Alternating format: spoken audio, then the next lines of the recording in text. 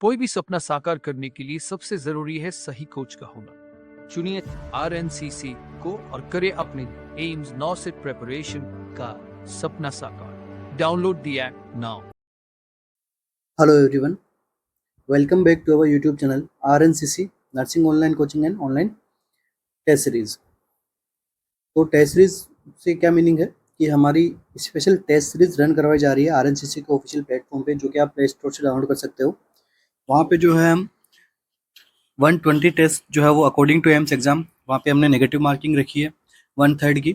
और सिलेबस के according AIIMS का जिस प्रकार से पैटर्न रहता है एग्जाम का, उसके अकॉर्डिंग हमने वहाँ पे क्वेश्चंस बनाए। टोटल 120 आपको टेस्ट मिलेंगे वहाँ पे, और प्राइस भी हमने उसकी एकदम अफोर्डेबल रखी है। तो जो भी स्टूडेंट बाय करना चाहें एक बार वहाँ पे जाके कंसिडर कर सकते हैं हमारी RNCC की ऐप पे जाके। और आज का जो अपना टॉपिक रहेगा वो अगेन एक MCQ सेशन रहने वाला है, जिसके अंदर अगेन हम कुछ टॉपिक्स को हम सोल्व करेंगे, टॉपिक्स पढ़ेंगे, साथ साथ में उन टॉपिक्स से कुछ MCQs भी सोल्व करेंगे। तो जिस प्रकार से अपने प्रीवियस पैटर्न रहा है 2-3 क्लासेज का, स्पेशली नोट सेट का, तो उसके अंदर हम क्या करते हैं कि कुछ टॉपिक चूज करते हैं जिसके अंदर से एम्स ने प्रीवियस ईयर MCQ हम उठाते हैं। ठीक है, एम्स के जो एकदम एग्जैक्ट MCQ थे वही हम लेते हैं, उनके साथ में जो है हम वो टॉपिक डिस्कशन करके आंसर वगैरह हम देख लेते हैं। फर्स्ट MCQ अपना, dengue fever is caused by bite of which mosquito. कौन से मॉस्किटो के बाइट करने के वजह से डेंगू फीवर हो सकती है किसी भी पर्सन को? क्यूलेक्स, एनाफिलीज, मैनसोनिया या फिर एडीज। कौन से मॉस्किटो के बाइट करने से डेंगू फीवर कोज हो सकती है? डेंगू से काफ़ी सारे MCQ एग्जाम में बनते हैं, काफ़ी सारे MCQ पूछे भी गए हैं। तो अपना फर्स्ट टॉपिक डिस्कशन क्या रहेगा आज का? डेंगू। तो अपन टॉपिक डाल लेते हैं आज का, क्या? डेंगू।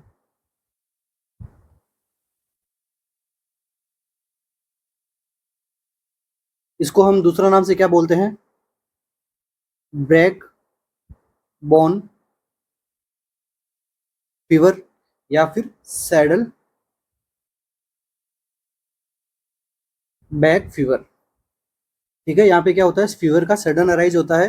ठीक है, एक दिन में 2 से 3 बार सडन अराइज देखने को मिलता है यहाँ पे फीवर में, तो क्या कहते हैं इसको? सैडल बैक फीवर भी कहते हैं। ठीक है, तो टॉपिक का क्या नाम रहा? डेंगू। काफ़ी इंपॉर्टेंट टॉपिक है, एग्जाम के काफ़ी क्वेश्चंस बनते हैं इस MCQ से। ठीक है, नोट सेट के अंदर ये MCQ पूछा गया है, तो ये टॉपिक अपने लिए काफ़ी इंपॉर्टेंट हो जाता है। तो देखिए डेंगू, डेंगू के लिए अपन देखिए सबसे पहले ये क्या है? वायरल डिजीज है। ठीक है, MCQ नंबर 1 क्या है? बैक्टीरियल डिजीज नहीं है। कौन सी डिजीज है? वायरल डिजीज है। ठीक है, कॉजेटिव एजेंट क्या है इसका? Dengue virus. ठीक है, कौन सी फैमिली का होता है? अरबो वायरस फैमिली। ठीक है, अरबो वायरस फैमिली का ये क्या होता है? वायरस होता है। और कौन से ग्रुप का अगर आपको पूछे तो ग्रुप भी क्या है? ग्रुप बी अरबो वायरस फैमिली। ठीक है, इसके क्या होते हैं, इस वायरस के क्या होते हैं?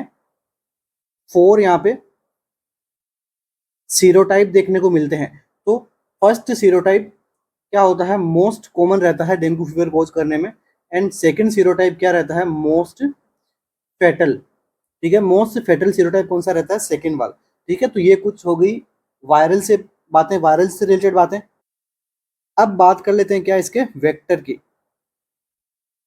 कि कौन इसको फैलाता है, क्या करता है, उसके क्या कैरेक्टरिस्टिक्स है। यहाँ से भी MCQ पूछे जाते हैं। तो वेक्टर में क्या नाम आएगा? Aedes aegypti. Aedes aegypti female. ठीक है, कौन सा वेक्टर होता है? Aedes aegypti female is the most common vector, या फिर एकमात्र वेक्टर जो है वो क्या कोज करता है? डेंगू। ठीक है, इसलिए अपना ऑप्शन कौन सा करेक्ट हो जाएगा? Aedes mosquito. ठीक है, ये क्या है? एक प्रकार का मॉस्किटो है। ठीक है, अब इस एडीज एजिप्टी के रिलेटेड भी MCQ बनते हैं। तो इसको हम क्या कहते हैं? ये क्या है? डे टाइम फीडर है। ठीक है, डे टाइम फीडर का क्या मतलब हो गया? पेशेंट को जो है वो अर्ली मॉर्निंग बाइट करेगा या फिर आफ्टरनून में बाइट करेगा, तो इसलिए इसको क्या नाम, क्या कहा गया कि ये डे टाइम फीडर है। ठीक है, दूसरा दूसरा इसकी क्या कैरेक्टरिस्टिक्स है? Found in human found in human habitation. Human habitation का क्या मतलब हो गया, जो ह्यूमंस कहाँ पे रहते हैं, क्लीन एरिया के अंदर रहते हैं ना, तो ये भी कहाँ रहते हैं, क्लीन एरिया या फिर क्लीन वाटर के अंदर ही हमें प्रेजेंट देखने को मिलते हैं। ठीक है, तो found in human habitation, day time feeder होता है। ठीक है, तो आपको अगर एमसीक्यू पूछे कि एडिस एजिप्टी का जो कैरेक्टरिस्टिक फीचर के अंदर एमसीक्यू आपसे पूछे तो ये एमसीक्यू। और आपको क्या एमसीक्यू देखने को मिलता है, इस जब जब हम इस मॉस्किटो को देखते हैं ना, तो यहाँ पे क्या देखने को मिलता है,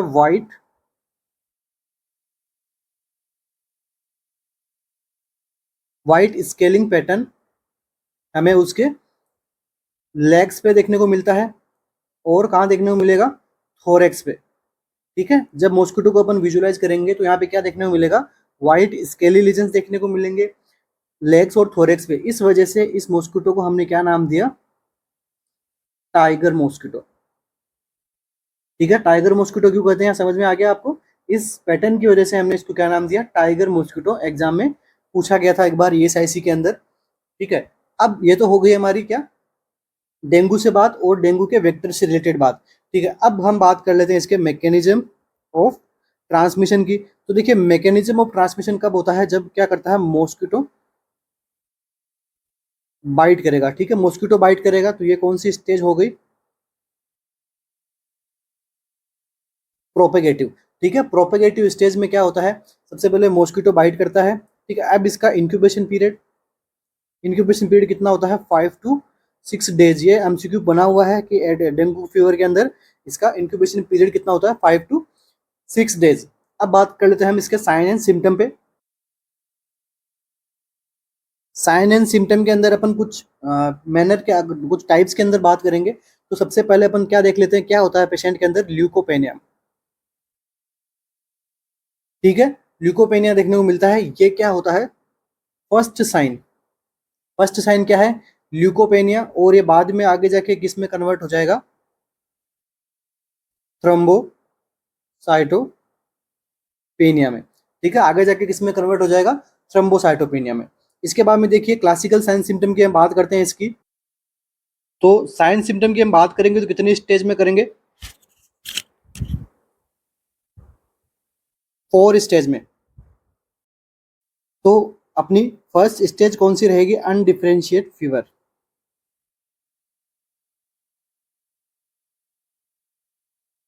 ठीक है, फर्स्ट स्टेज कौन सी रहती है इसके अंदर, अनडिफरेंशिएट फीवर। यहाँ पे क्या होता है, पेशेंट जो है वो क्या करता है, कंप्लेन करता है अबाउट हाई ग्रेड फीवर के बारे में। बट यहाँ पे केवल और केवल क्या आता है, पेशेंट को फीवर आता है। ठीक है, पैटर्न क्या रहता है फीवर का, सैडल बैक फीवर। ठीक है, यहाँ पे केवल फीवर आएगा पेशेंट को, अदर सिम्टम यहाँ पे अकर नहीं होते हैं, इसलिए हम इसको क्या डिफरेंशिएट नहीं कर पाते हैं। इसके बाद में क्या आता है, स्टेप 2, इसमें आता है classical dengue fever. Classical dengue fever. देखिए एमसीक्यू खूब सारे आएंगे अभी आगे। ठीक है, तो ये क्या है, टॉपिक है, इंपॉर्टेंट है, तो अपन थोड़ा इस पर डिस्कस कर रहे हैं। अभी क्या बताया, क्लासिकल डेंगू फीवर। यहाँ पे क्या होता है, ब्रेक बोन फीवर। इसको हम क्या कहते हैं, ब्रेक बोन फीवर। फीवर के साथ में क्या आएगा, पेन भी होगा। फीवर विथ बॉडी जॉइंट के अंदर क्या होगा, यहाँ पे पेन देखने को मिलेगा। ठीक है, सीवियर पेन देखने को मिलेगा। और क्या क्या साइन देखने को मिलेगा, पेशेंट को माइल्जिया देखने को मिलेगा, हेडेक होगा सीवियर उसको। ठीक है, साथ में क्या होगा, डिसकंफर्ट होगा। हेडेक के साथ में इतना कुछ होगा तो क्या होगा, पेशेंट को ऑब्वियसली डिस्कंफर्ट होगा। अब देखिए यहाँ पे मोस्ट इंपोर्टेंट एमसीक्यू बताता हूँ मैं आपको, क्या एक साइन आता है यहाँ पे, कौन सा साइन, फेजेट साइन। ठीक है, इंपॉर्टेंट साइन है, पूछा गया है एम्स के अंदर। तो देखिए फेजेट साइन क्या होता है, फीवर विथ ब्रेडिकार्डिया। ठीक है, फीवर के साथ में क्या अगर ब्रेडिकार्डिया होता है, उसको हम क्या कहते हैं, फेजेट साइन या फिर फेगेट साइन, जो भी आप लोग कहना चाहें इसको। और साथ में क्या देखने को मिलेगा, ल्यूकोपेनिया, जो क्या है, अर्ली साइन है। नेक्स्ट क्या देखने को मिलेगा, प्लेटिलेट काउंट भी क्या देखने को मिलेंगे, यहाँ पे डिक्रीज होने स्टार्ट हो जाएंगे यहाँ पे। ठीक है, ये तो हो गया क्या, टाइप 2। अभी हम बात करते हैं किसकी, डेंगू हेमरेजिक फीवर की। Type C, dengue haemorrhagic fever, इससे भी काफी एमसीक्यू बनता है।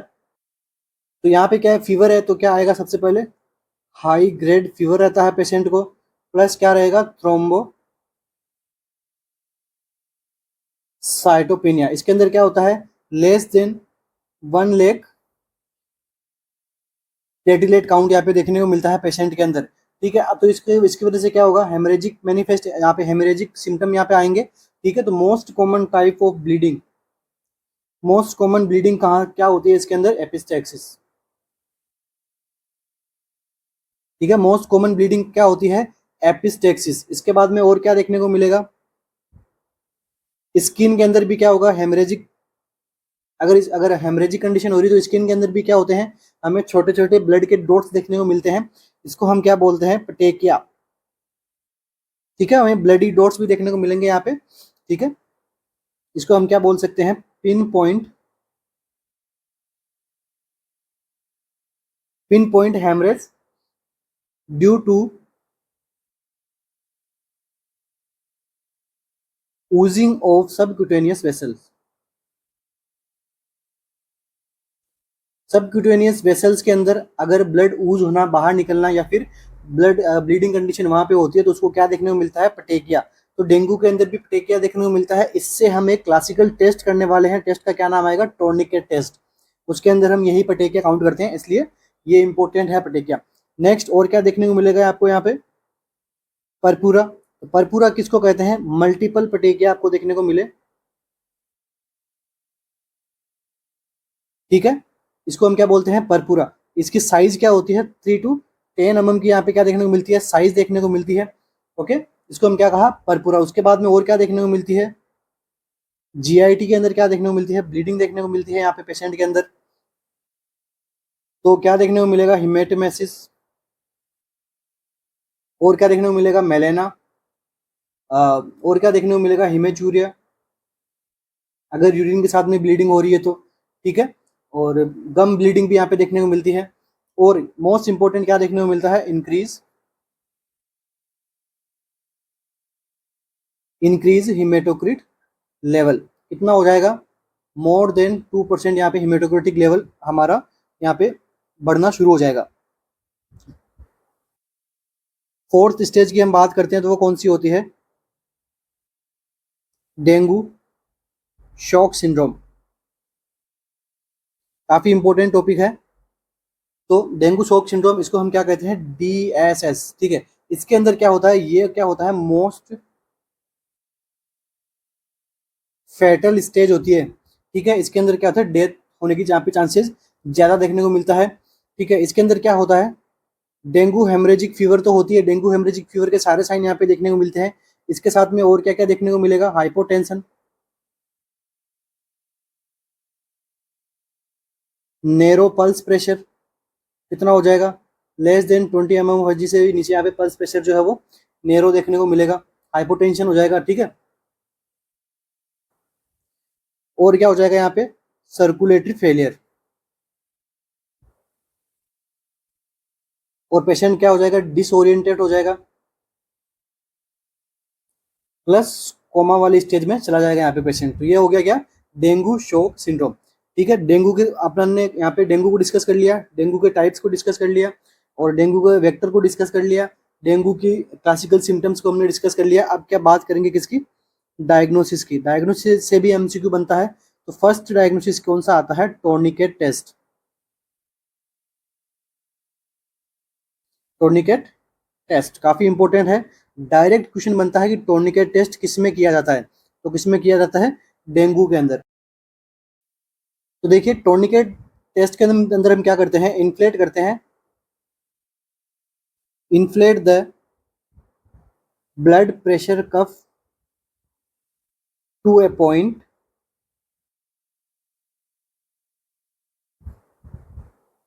midway between systolic and diastolic pressure for 5 minutes। ठीक है। यहाँ ये अपना एक ऑथेंटिक डेफिनेशन बन जाती है इसकी। क्या करते हैं इसके अंदर हम बीपी अपन ब्लड प्रेशर को कफ को अपन इन्फ्लेट करते हैं। कहाँ तक इन्फ्लेट करना है, हमें क्या करना है, सबसे पहले प्रेशर को रिकॉर्ड करना है।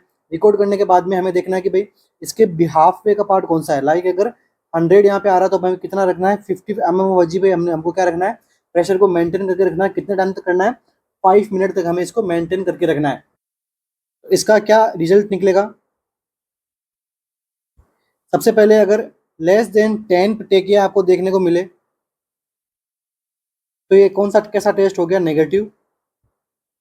अगर मोर देन 20 देखने को मिले तो ये कैसा टेस्ट हो गया, पॉजिटिव टेस्ट। ठीक है, इस पेशेंट को क्या हो सकता है, यहाँ पे डेंगू हो गया। ठीक है, और 10 to 20 के बीच में क्या आ जाएगा, डाउटफुल है। सेकंड टेस्ट हम क्या कर सकते हैं इसके अंदर, कैपिलरी रिफिल टाइम।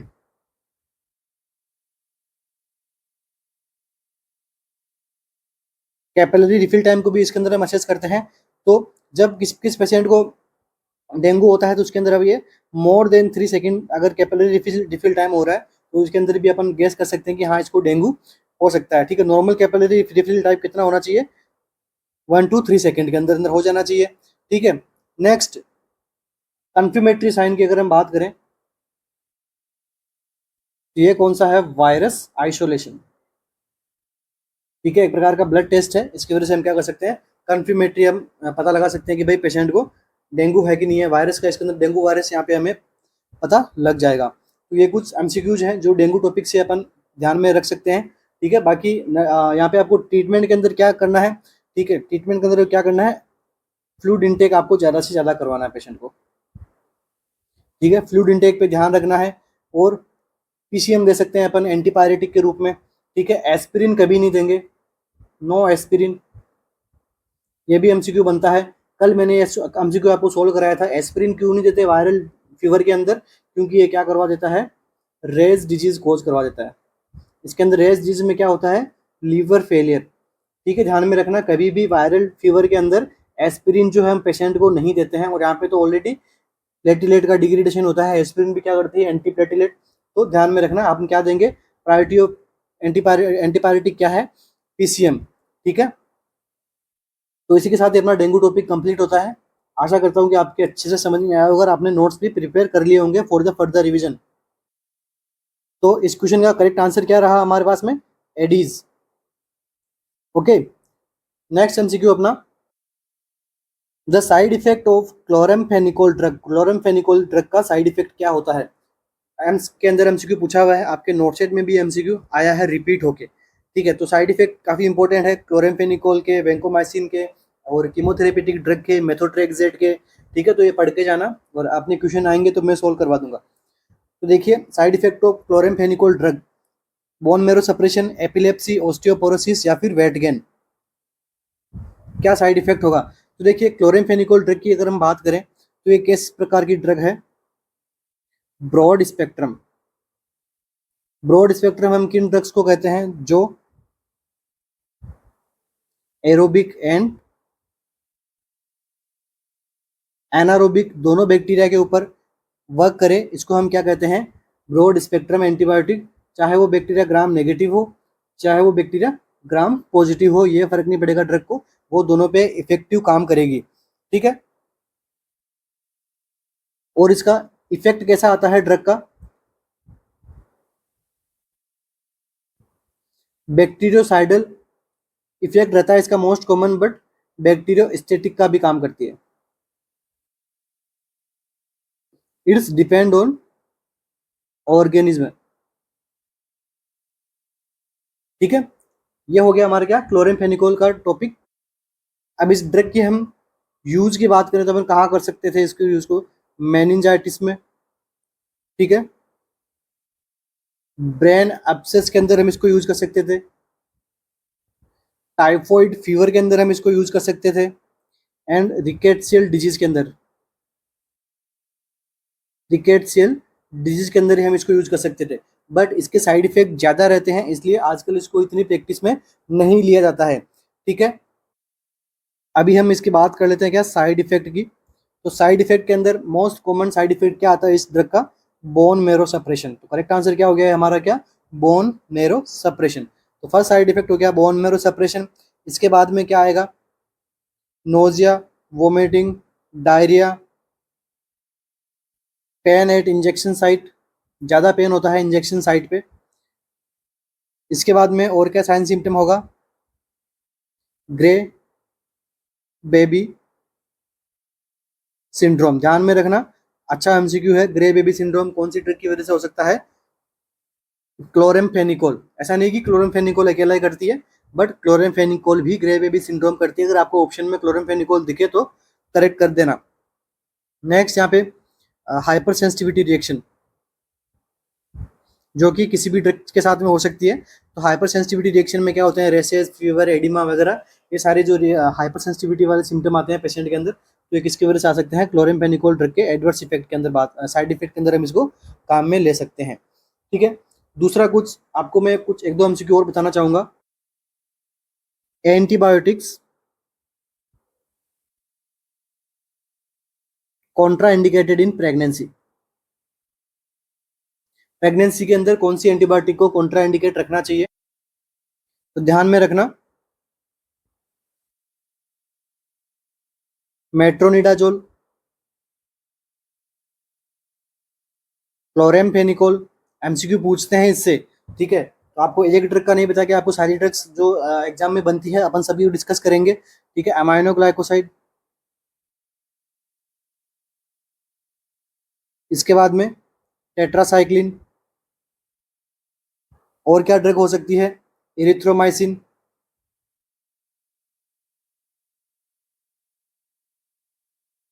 क्लिंडामाइसिन। ठीक है, तो ये कुछ ड्रग्स है जो हमें क्या करनी है? कॉन्ट्रा इंडिकेटेड रखनी होती है। ठीक है, तो अपना करेक्ट आंसर क्या हो गया इस क्वेश्चन का? क्लोरेमफेनिकोल का एडवर्स साइड इफेक्ट क्या है? Bone marrow suppression. Next MCQ, which of the following colour code is not include in tries? Tries के अंदर कौन सा कलर कोड को इंक्लूड नहीं किया गया है? ब्लैक, ब्लू, ग्रीन और रेड। ब्लैक, ब्लू, ग्रीन और रेड, कौन सा कलर कोड को हमें ट्राइज के अंदर काम में नहीं लिया गया है? तो कौन से ट्राइज कोड को यहाँ पे काम में नहीं लिया गया है? तो वो कौन सा है? ब्लू। ठीक है, ब्लू कलर का ट्राइज कोड नहीं होता है। ठीक है, तो अब देखिए ट्राइज सिस्टम, काफी इंपॉर्टेंट टॉपिक है, एग्जाम में एमसीक्यू बनता है इसका। नर्सिंग प्रायोरिटी क्या होनी चाहिए, क्या करना चाहिए, इसके अंदर क्या होता है, तो ध्यान में रखिएगा। तो देखिए ट्राइज के अंदर कितने कलर होते हैं? 4 कलर्स यहाँ पे देखने को मिलते हैं। फर्स्ट कलर कौन सा होता है? रेड। सेकंड कलर कौन सा होता है? येलो। थर्ड कलर कौन सा होता है? ग्रीन। एंड फोर्थ कलर कौन सा होता है? ब्लैक। ठीक है, तो ये मेनली 4 कलर हमें ट्राइज के अंदर देखने को मिलता है। अगर हम किसी पेशेंट को रेड ट्राइज देते हैं तो इसका क्या मतलब होता है कि वो क्या है?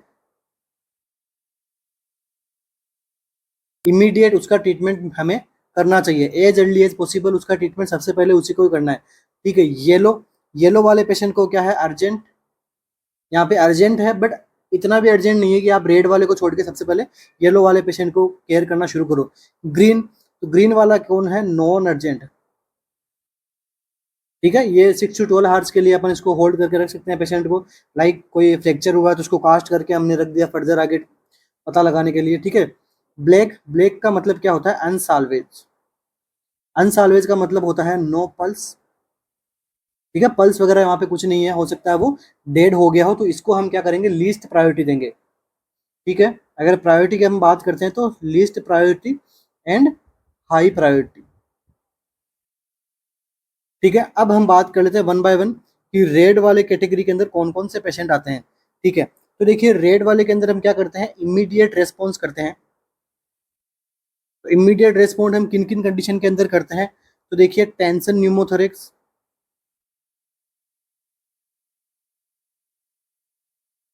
इसके बाद में सीवियर फेशियल ट्रोमा, किसी के फेशियल ट्रोमा हो गया हो। ठीक है, नेक्स्ट कोई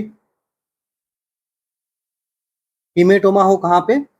ब्रेन में, तो उसको भी हम क्या करेंगे? प्रायोरिटी लेके चलते हैं अपन। ठीक है, एब्डोमिनल ब्लीड, एब्डोमिनल ब्लीड, या फिर कोई भी गन शॉट इंजरी हो जाए एब्डोमिनल के अंदर। नेक्स्ट फ्लैल चेस्ट, तो ये सारे सिम्टम जो है अपन किसके अंदर काम में लेते हैं, रेड के अंदर फ्लैल चेस्ट हो जाए या फिर स्पाइनल इंजरीज वगैरह हो जाए। अगर आपको ऑप्शन में ऐसा कुछ दिखे तो कौन सा ट्राइज देना है उसको, रेड। इसलिए ऑप्शन आप ये इसलिए इतना डिस्कस कर रहा हूँ क्योंकि इनके ये कैरेक्टरिस्टिक से एग्जाम में एमसीक्यू बनता है कि आपके पास में एक पेशेंट आया है जिसको सीवियर फेशियल ट्रॉमा हो गया, एब्डोमिनल ब्लीड हो रहा है, तो कौन सा ट्राइज दोगे, ठीक है, तो कौन सा देना है, रेड। इस प्रकार से भी एमसीक्यू पूछता है। इसके बाद में नेक्स्ट बात कर लेते हैं क्या, येलो। येलो के अंदर हम क्या करते हैं, ये येलो वाली कौन सी कंडीशन होती है, अर्जेंट वाली कंडीशन होती है। तो यहाँ पे हम क्या करते हैं, पेशेंट को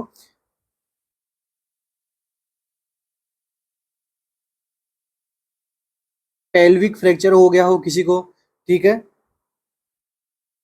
कंपाउंड यहाँ पे फ्रैक्चर देखने को मिला हो, ठीक है, रेप्चर एब्डोमिनल विस्कस मेम्ब्रेन, ठीक है, अगर वो रेप्चर हो गई हो, ठीक है, तो ऐसा कुछ जो अर्जेंट हो, इतना अर्जेंट नहीं कि उसको रेड में रखे, बट अर्जेंट है, ठीक है। नेक्स्ट अपन बात करते हैं कौन सी, ग्रीन की। तो ग्रीन के अंदर क्या करते हैं, माइनर लेसरेशन, ठीक है, कोई भी यहाँ पे स्प्रेन हो गया हो, टेंडन रेप्चर वगैरह हो गया हो, ठीक है, टेंडन लिगामेंट का रेप्चर हो गया हो, तो ये सब चीजें किस में देखने को मिलती है। और जो भी जिस भी प्रकार के सिंपल फ्रैक्चर होते हैं वो किस में आते हैं, ग्रीन में। एंड ब्लैक के अंदर हम किसको रहते हैं, साल्वेज वाले पेशेंट को। तो ब्लैक के अंदर क्या रहता है, नो ब्रीथिंग, मतलब सीवियर ब्रेन के अंदर क्या हो गया हो, डैमेज हो गया हो यहाँ पे, ठीक है, एक्सटेंसिव बर्न हो गया हो, बहुत ही ज्यादा बर्न हो गया हो पेशेंट, ठीक है, हाइपोवोलेमिक शॉक में चला गया हो, कोई रेस्पॉन्स नहीं कर रहा, तो इस पेशेंट को हम क्या किस में रखते हैं, ब्लैक में रखते हैं, ठीक है। तो विच of the following colour code is not indicated in trial system, तो ब्लू कलर का कोई भी कलर कोड नहीं होता है। ये हो गया हमारा क्या, ट्रायल्स टॉपिक भी यहाँ पे कंप्लीट होता है। Next MCQ, normal respiration in adults. Adults के अंदर नॉर्मल रेस्पिरेशन कितना होता है,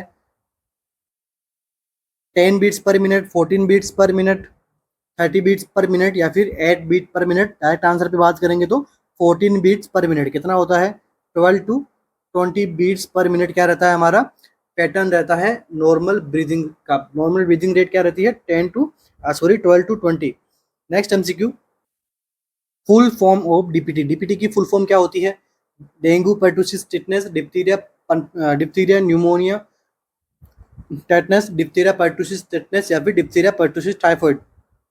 क्या रहेगा, डिप्थीरिया पर्टूसिस टिटनस, ठीक है। डिप्थीरिया पर्टूसिस टिटनस जो वैक्सीन है ये किस में आती है, डीपीटी की वैक्सीन में आती है। फर्स्ट एमसीक्यू इससे, सीजर वाले पेशेंट के अंदर क्या रखनी है, इसको कॉन्ट्रा इंडिकेट रखनी है, क्योंकि क्या इसके अंदर क्या है, पर्टूसिस है जो क्या कोज करवा सकता है, सीजर कोज करवा सकता है पेशेंट को, इसलिए सीजर वाले पेशेंट में डीपीटी वैक्सीन कॉन्ट्रा इंडिकेट रहती है। तो अपन क्या देते हैं, केवल और केवल डिप्थीरिया और टिटनस, ठीक है। नेक्स्ट अपन बात करें डीपीटी की, तो डीपीटी के अंदर क्या करते हैं अपन, इसको स्टोरेशन कहाँ करते हैं, 2 to 8 डिग्री सेल्सियस पे हम क्या करते हैं, इसको स्टोरेशन का काम करते हैं। Next MCQ, do not freeze, ठीक है, इस वैक्सीन को कभी भी हमें फ्रीज नहीं करना है, ठीक है। अब देखिए आजकल अभी करंटली डीटीएपी, ठीक है, डीटीएपी से वैक्सीन आती है, ठीक है, जो किसके अंदर लगती है, चिल्ड्रंस के अंदर। एंड देखिए टी डीएपी ये वैक्सीन किसमें लगती है, एडल्ट के अंदर है, दोनों ही डीपीटी इसके अंदर, बट इनका आजकल टाइप चेंज कर दिया गया है। चिल्ड्रंस में जो लगी थी वो लगेगी डीटीएपी। तो आपको एग्जामिनर में एमसीक्यू थोड़ा चेंज मॉडिफाई करके चेंज करके भी पूछा जा सकता है, टी डेप और डी टेप, ठीक है। डी टेप चिल्ड्रंस में, टी डेप किसमें लगेगी, एडल्ट में। रूट क्या रहता है इसका, IM रूट रहता है। डोज क्या रहती है, 0.5 ml। Next MCQ, which is the dose of iron and folic acid in the anaemia मुक्त भारत स्कीम। एनीमिया मुक्त भारत स्कीम चलाई गई थी, ठीक है, इसके अंदर डोज कितनी रखी थी आयरन एंड फोलिक एसिड की। देखिए यहाँ पे आयरन का फर्स्ट आया है, तो आपको फर्स्ट ऑप्शन के अंदर आयरन और सेकंड के अंदर फोलिक, लाइक ये जो आपको लाइन दी गई इसमें फर्स्ट आपके आयरन का होना चाहिए, सेकंड फोलिक एसिड का होना चाहिए, ठीक है। एग्जामिनर कई बार फोलिक एसिड एंड आयरन का पूछ लेते हैं, तो अपन कंफ्यूज होके थोड़ा गलत आंसर, अपन को आते हुए भी अपन गलत आंसर कर देते हैं, ठीक है। तो थोड़ा ध्यान में रखना, जब आंसर करो तब कंप्लीट अच्छे से क्वेश्चन को पढ़ना चाहिए, ठीक है। सबसे पहले आयरन का पूछा है, हो सकता है कि एग्जाम के अंदर यहाँ पे 500 माइक्रोग्राम पहले दे दिया, 60 mg दे दिया, और आपने आयरन एंड फोलिक एसिड का पढ़ रखा है 60 mg इन 500 ग्राम, तो अपन ने वो राइट कर दिया। तो थोड़ा ध्यान से अपन को सोल्व आउट करना है, ठीक है। तो आयरन एंड फोलिक एसिड की डोज कितनी रखी गई है? 50 mg and 500 microgram, 60 mg and 500 microgram, 50 mg and 400 microgram, या फिर 40 mg एंड 500 माइक्रोग्राम। तो करेक्ट डोज क्या रहेगी? 60 mg elemental iron and 500 mg microgram क्या रहेगा? फोलिक एसिड रखते हैं अपन किसके अंदर? एनीमिया मुक्त भारत स्कीम के अंदर। तो देखिए एनीमिया मुक्त भारत प्रोग्राम के अंदर क्या स्ट्रेटजी अपनाई गई थी? तो स्ट्रेटजी की हम बात करते हैं। स्ट्रेटजी कौन सी अपनाई गई थी? 6x6x6, ठीक है। तो इसका क्या मतलब हुआ? यहाँ पे क्या करने को मिलेगा आपको? 6 आपको इंटरवेंशन करने हैं, 6 आपको क्या करने हैं? इंस्टीट्यूशनल मैकेनिज्म्स अपनाने हैं, इंस्टीट्यूशनल मैकेनिज्म्स अपनाने हैं, एंड 6 ही आपको क्या करना है इसके अंदर? बेनिफिशियरीज होते हैं इसके अंदर, ठीक है। तो इस प्रकार से ये स्ट्रेटजी फॉलो की गई है, और इसके अंदर हमें क्या करना, क्या क्या होता है, ये भी अपन डिस्कस कर लेते हैं। तो देखिए यहाँ पे क्या करते हैं,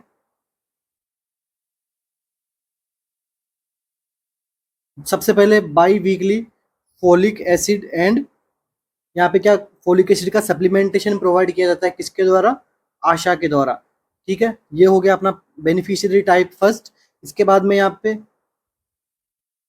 weekly iron and folic acid का सप्लीमेंटेशन देना होता है कौन सी एज ग्रुप को? 5 to 10 year of old childrens को, ठीक है। बेनिफिशियरी टाइप 2, ठीक है। नेक्स्ट डीवॉर्मिंग, आपको यहाँ पे जो डीफॉर्मिंग प्रोग्राम्स है वो आपको यहाँ पे अप्लाई करने होते हैं एनुअली एंड बाई एनुअल, ठीक है। साल में एक बार या फिर साल में एक से ज़्यादा बार, ठीक है। अच्छा इसके अंदर देखो और क्या एमसीक्यू बन सकता है, ये देखो आपके पास में अपना करेक्ट आंसर क्या था? 60 mg elemental iron, 500 mg microgram. तो ये किसके लिए है? नॉर्मल वुमेन के लिए है, प्रेग्नेंट वुमेन के लिए। तो किसके लिए है? ये एक रिप्रोडक्टिव एज ग्रुप वाली वुमेन के लिए है, ठीक है। Non pregnant and non lactation, ठीक है। ये वाली प्रेग्नेंट के लिए नहीं है, रिप्रोडक्टिव एज ग्रुप वाली जो वुमन रहती है उनके लिए ये यहाँ पे स्कीम चलाई गई है, ठीक है। कितना है? 60 mg elemental iron and 500 microgram folic acid हम प्रोवाइड करवाते हैं कौन सी एज में? रिप्रोडक्टिव एज ग्रुप में। क्या एज रहती है reproductive age group? 20 to 49 year की एज इसके अंदर अपन मानते हैं। तो ये तो होगी प्री प्रेग्नेंट की बात। अब देखिए प्रेग्नेंट वाली में क्या क्या करते हैं, यहाँ पे अपन क्या देते हैं? वीकली,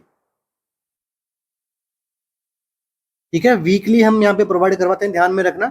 और प्रेग्नेंट वुमेन को हम क्या करवाएंगे? डेली, ठीक है। डेली और वीकली का बस यही डिफरेंस है, बाकी डोज और यहाँ पे ये डोज यहाँ पे सेम रहती है, ठीक है। नॉन प्रेग्नेंट में या फिर प्रेग्नेंट वाली में अपन क्या देंगे? Daily dose of iron and folic acid, कितना? 60 mg प्लस 500 माइक्रोग्राम, किसके अंदर? प्रेग्नेंट एंड लैक्टेटिंग मदर के अंदर, ठीक है। शुरू कहाँ से करेंगे? ये एमसीक्यू बनता है, स्टार्ट कहाँ से करते हैं इसको? सेकेंड ट्राइमेस्टर से, सेकेंड ट्राइमेस्टर से टिल द टोटल 180 डेज तक अपन इसको क्या करते हैं? फर्दर यहाँ पे अपन प्रोवाइड करवाते हैं मदर को, ठीक है। सेकेंड ट्राइमेस्टर शुरू करना होता है। इससे पहले आयरन एंड फोलिक एसिड की टेबलेट दी जाती थी, वो बच्चे के न्यूरल डेवलपमेंट के लिए वगैरह, वो वहाँ पे अलग बता रहा हूँ मैं। अनीमिया मुक्त भारत प्रोग्राम के अंदर ये उसकी बात कर रहा हूँ मैं यहाँ पे, ठीक है। नेक्स्ट एमसीक्यू अपना, what is baking powder? Baking powder हम किसको कहते हैं? सोडियम क्लोराइड को, सोडियम बाइकार्बोनेट को, पोटेशियम बाइकार्बोनेट को, या फिर पोटेशियम क्लोराइड को। तो देखिए बेकिंग पाउडर हम किसको कहते हैं? सोडियम बाइकार्बोनेट को। नेक्स्ट एमसीक्यू पूछा गया एमसीक्यू है नोटसेट में ये, ऐसा नहीं है हर सारे के सारे एमसीक्यू एम्स के एग्जाम्स में पूछे गए हैं, ठीक है। कोई भी ऐसा एमसीक्यू नहीं है जो रेंडमली हमने यहाँ पे उठा के पटक दिया हो यहाँ पे आपके एमसीक्यू सेशन के अंदर। नेक्स्ट एमसीक्यू अपना, the most common type of episiotomy, episiotomy का मोस्ट कॉमन टाइप क्या है? Right mediolateral, J shaped, lateral shape, या फिर मीडियन? कौन सा है most common type of एपिशियोटोमी?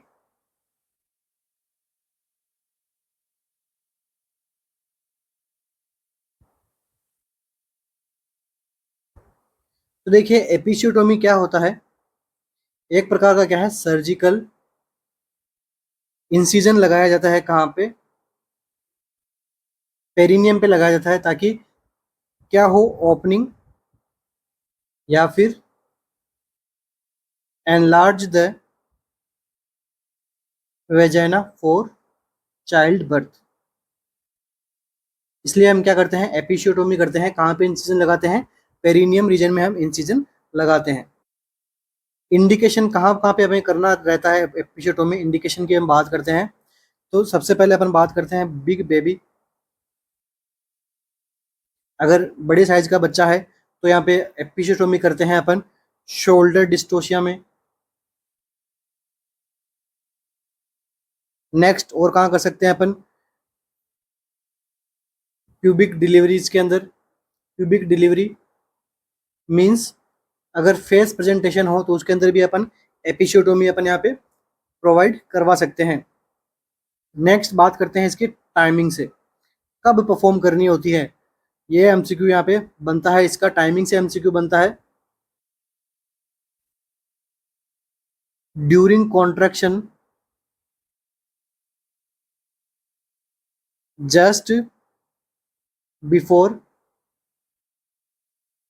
Crowning.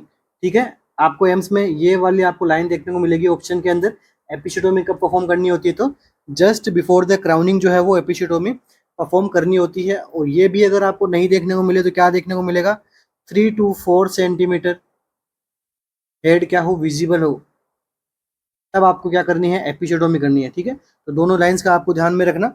Episiotomy कब करते हैं, ये इसका क्या रहता है, आइडियल टाइम रहता है एपिसियोटोमी परफॉर्म करने का। इस प्रकार अपन कभी भी फर्स्ट स्टेज के अंदर हम एपिसियोटोमी नहीं करते हैं। कौन से स्टेज में करते हैं, सेकंड स्टेज के अंदर अपन करते हैं। क्यों करते हैं, क्योंकि सेकंड स्टेज में ही तो बच्चा डिलीवर होता है, इसलिए एपिसियोटोमी कौन से स्टेज में करते हैं, सेकंड स्टेज में। तो अपना करेक्ट आंसर क्या रहेगा इसके अंदर, अपन क्या रहते हैं, मीडियो lateral is the most common type of episiotomy. अब मीडियो लेटरल के अंदर भी कौन सी रहती है, राइट मीडियो लेटरल का अपन अप्रोच करते हैं सबसे ज्यादा। ठीक है, ये राइट मीडियो लेटरल अपन मोस्ट कॉमन यहाँ पे टाइप ऑफ एपिसियोटोमी के अंदर कंसिडर करते हुए अपन मानेंगे। नेक्स्ट एमसीक्यू अपना, which of the following blood group is universal donor. Donor के बारे में आपसे पूछा है, O positive, O negative, A B positive या फिर ए बी नेगेटिव। ठीक है, तो देखिए A B positive, A B positive को हम क्या कहते हैं, universal, universal recipient. And O negative को हम क्या कहते हैं, universal donor. Okay, next MCQ, loud and harsh lung sound is known as. अगर हम जब लंग साउंड सुनते हैं और वहां पे लाउड एंड हार्श साउंड हमें सुनाई देता है तो इसे हम क्या कहते हैं, स्ट्राइडर, वीजिंग, रोंकी या फिर स्नोरिंग। इसको हम क्या कहते हैं, इसे हम क्या कहते हैं, क्या आंसर करेक्ट रहेगा यहाँ पे, स्ट्राइडर। ठीक है, देखिए लंग साउंड भी काफी इंपॉर्टेंट होते हैं, एम्स इनको पूछता है एग्जाम के अंदर। ठीक है, ये एमसीक्यू नोट सेट से लिया गया है। तो देखिए loud and hard sound in no is lungs in known as, क्या कहते हैं इसको, स्ट्राइडर। स्ट्राइडर जब कभी भी साउंड सुनने को मिलेगा तो कहाँ पे यहाँ पे प्रॉब्लम होगी, अपर रेस्पिरेटरी ट्रैक्ट के अंदर यहाँ पे कुछ ना कुछ यहाँ पे प्रॉब्लम हुई है, या फिर narrowing of the upper respiratory tract. ये साउंड कब सुनाई देगा, इंस्पिरेशन पे। जब हम ब्रीथ इन करेंगे तो इंस्पिरेशन के टाइम पे यहाँ पे क्या देखने को मिलेगा, लाउड एंड हाई पिच का यहाँ पे साउंड हमें सुनाई देगा, इसे हम क्या कहते हैं, स्ट्राइडर। इसके बाद में देखिए सेकंड क्या है, व्हीजिंग साउंड। तो ये कब सुनाई देता है, ड्यूरिंग एक्सपीरेशन। ठीक है, ड्यूरिंग एक्सपीरेशन हमें स्पेशली सुनाई देता है। ये कब सुनाई देता है, ऑब्स्ट्रक्टेड एयरवे की वजह से। ऑब्स्ट्रक्टेड एयरवे के अंदर जब कभी भी एयर मूवमेंट होता है, अगर वो उसका रास्ता जो है वो ऑब्स्ट्रक्ट रहता है, तो नैरो रहता है, तब हमें क्या साउंड सुनाई देता है, व्हीजिंग साउंड सुनाई देता है। ये किसमें देता है, अस्थमा वाले पेशेंट के अंदर। ओके, ध्यान में रखना, अस्थमा वाले पेशेंट में साउंड सुनाई देता है। ये किसका साउंड होता है, विस्लिंग। लगता है कि आपको कोई सीटी बजा रहा है, वहां पे विसल बजा रहा है, उस प्रकार का साउंड हमें सुनाई देता है। तो इसको हम क्या कहते हैं, व्हीजिंग साउंड। ये भी एक प्रकार का क्या है, हाई पिच साउंड वाली कैटेगरी के अंदर आता है। नेक्स्ट क्या है, रोंकी। तो देखिए रोंची क्या है, ये अपन साउंड सुनाई कहाँ देता है, साइड के अगर अपन बात करें तो कहाँ रहता है ये,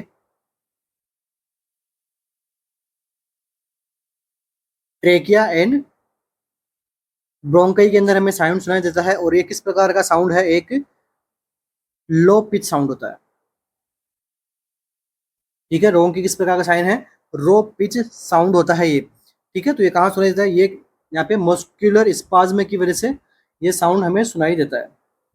तो ये कुछ हो गए साउंड्स के बारे में हमने डिस्कस कर लिया, तो इंपॉर्टेंट है, ध्यान में रखना। नेक्स्ट एमसीक्यू अपना, rapid and weak pulse is known as. Rapid and weak pulse आपको अगर मिल रही है किसी पेशेंट के अंदर, तो वो क्या है, कौन सी पल्स कहते हैं इसको, bounding pulse, थ्रेडी pulse, strong pulse, या फिर नन ऑफ द अबव। जब कभी भी रैपिड एंड वीक पल्स आपको सुनने को मिले, तो ये कौन प्रकार से किस प्रकार की रहती है, थ्रेडी पल्स इसको हम कहते हैं। ठीक है, थ्रेडी पल्स इसको हम कहते हैं।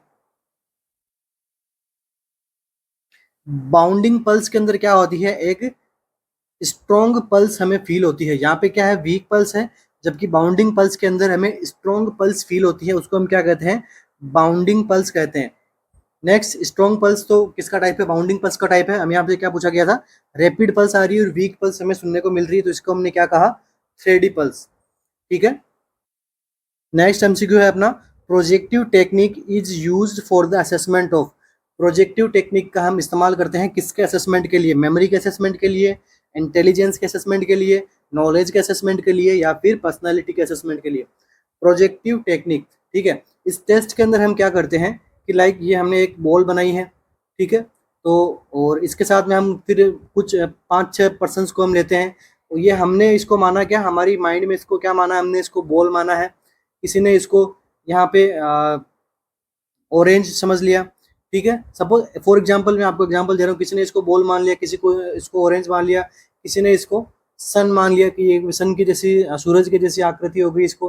ठीक है, किसी ने इसको मून मान लिया, किसी ने इसको बॉम्ब समझ लिया।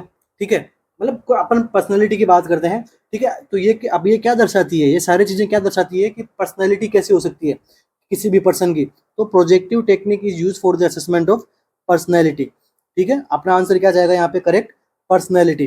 तो इस टेस्ट का क्या नाम होता है, प्रोजेक्टिव टेक्निक टेस्ट हम काम में लेते हैं, इस टेस्ट का क्या नाम होता है, यहाँ से सीधा सीधा एमसीक्यू बनता है, इस टेस्ट का क्या नाम होता है,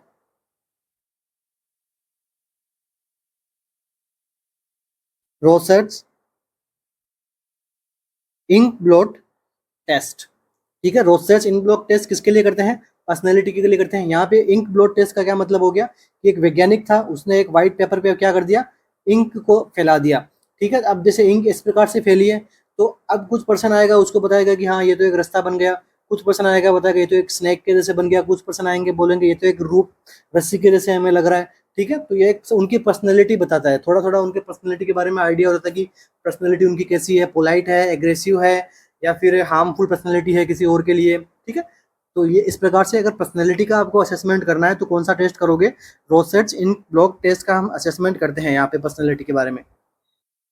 और देखिए इससे क्या एमसीक्यू बनता है, अब इस टेस्ट को पूरा करने के लिए एक मेथड यूज में होता है, इस मेथड को हम क्या कहते हैं, प्रोजेक्टिव मेथड। प्रोजेक्टिव मेथड बोल दो इसको, या फिर इसको बोल दो क्या, प्रोजेक्टिव टेक्निक। इस मेथड को, इस पर्सनैलिटी को असेस करने में ये मेथड काम में आया, तो इसको हमने क्या बोल दिया, प्रोजेक्टिव मेथड। टेस्ट कौन सा किया हमने, प्रोजेक्टिव टेक्निक। तो इसी के साथ ही आज की अपनी क्लास को कंप्लीट करते हैं। आज की क्लास के अंदर हमने क्या पढ़ा, डेंगू हमने पढ़ लिया, डेंगू के सारे एमसीक्यूज हमने सोल्व कर लिए जो एग्जाम के अंदर आते हैं। उसके बाद में हमने क्या देखा, एपिशोटोमी हमने पढ़ ली यहाँ पे। उसके बाद में क्या देखा हमने, ट्रायज सिस्टम हमने पढ़ लिया। ट्रायज के बाद में क्या पढ़ा हमने, देखिए ट्रायज का मतलब क्या होता है, टू शॉर्ट आउट। ठीक है, टू शॉर्ट आउट, ट्रायज का अगर सिंपल वर्ड में आपको मीनिंग पूछे तो क्या मतलब हो गया, टू शॉर्ट आउट। ठीक है, ट्रायज हमने देख लिया, डेंगू देख लिया, एपिशोटोमी देख ली। इसके बाद में हमने क्या देख लिया, साइड इफेक्ट देख लिए किसके, क्लोरेमफेनिकोल के। क्लोरेमफेनिकोल के बारे में भी हमने एमसीक्यू कर लिया।